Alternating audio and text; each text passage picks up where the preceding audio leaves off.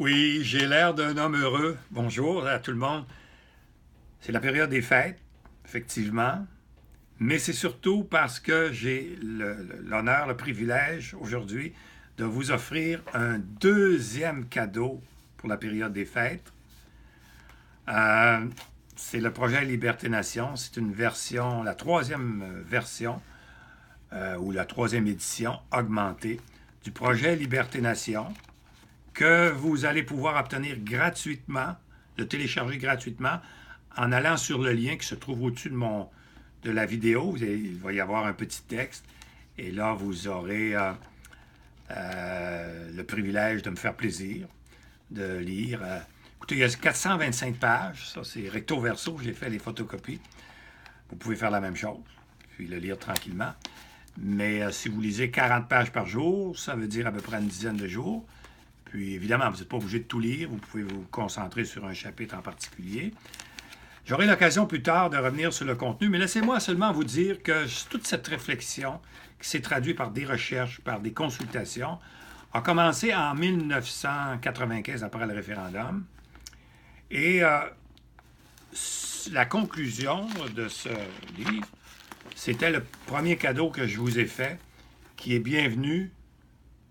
Vous êtes dans un territoire étranger, supposons que vous arrivez du pays canadien, puis vous rentrez au Québec. Alors, bienvenue, la République fédérale du Québec.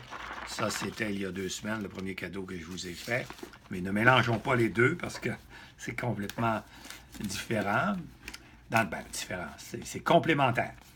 Alors, c'est le projet Liberté Nation, c'est pour les régions. Il y a 17 régions administratives au Québec. Comprenez-moi bien, là, les régions, c'est fini d'être subordonné au gouvernement du Québec puis du Canada. Fini de demander des subventions, puis Québec, vous en va à Ottawa. Puis quand on arrive pour la demander une deuxième fois, le ministre a changé, le gouvernement a changé. Terminé. Les régions vont devenir des États autonomes avec un gouvernement, un parlement, des députés, les 17 régions. Un peu comme les États américains, le Vermont, par exemple, le Massachusetts. Ils ont leur gouverneur et leurs sénateurs et leurs représentants au gouvernement central à Washington. Mais ils sont d'abord gouvernés par leur propre gouvernement régional. Ce sera la même chose qu'en Suisse, qu'en Autriche, qu'en Allemagne avec les Länders, avec les provinces canadiennes. Mais ce sera la plus belle fédération au monde.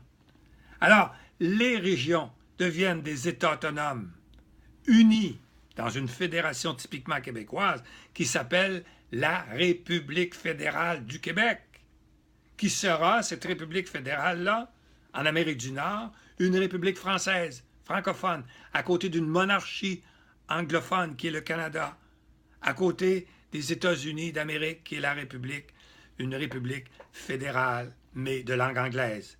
Et plus loin, le Mexique, qui est aussi une fédération, une république fédérale, mais espagnole, les États fédérés du Mexique.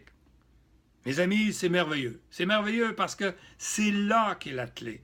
C'est là qu'est la clé pour le consensus pour permettre aux fédéralistes et aux indépendantistes d'avoir un pays. Je vous expliquerai plus tard comment c'est pas si difficile que ça. Et juste en passant, c'est pas en multipliant les partis politiques qu'on va y arriver là. Et ça, c'est une autre question. À bientôt, puis bonne fête.